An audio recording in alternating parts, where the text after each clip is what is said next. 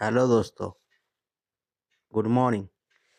आज सुबह सुबह निकल पड़ा हूँ हमारा विलेज का साइट पे।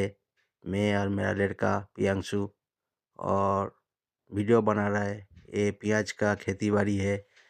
अभी प्याज का सीजन है, ठंडी का मौसम में यही बनाता है।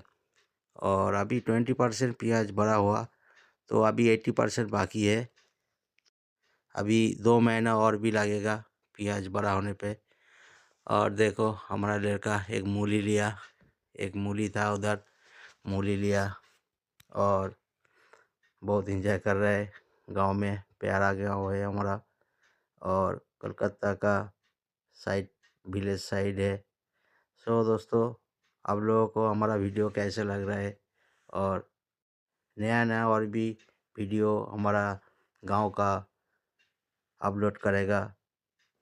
प्लीज़ लाइक करो, सब्सक्राइब करो और देखते रहो हमारा वीडियो, एंजॉय करो।